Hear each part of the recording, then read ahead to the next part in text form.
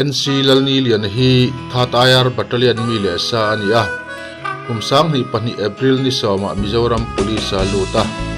kumsang ni pani December ni som pakwa a PTC lungver atangin training azawa felle thatak photo da thoi tak sian ta te him thiam tak le rual kom thiam takani ana tho thatawangin riwat choi moina pa voi som ni paruklai alo moto ani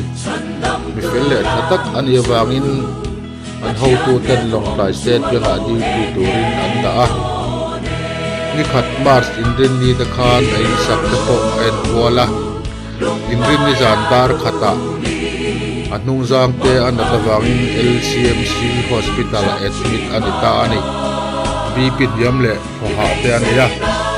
NC.Lalniliana hian chum pui mu tur te po nein kun riat lai an lo injui ve to ani in sak zo lama tiam tlate ti turin alo in buat sai lek ani tianga hun lo taka min boral san tamai hi a thok pui te le thian te chon kan uin kan sun tak zet ani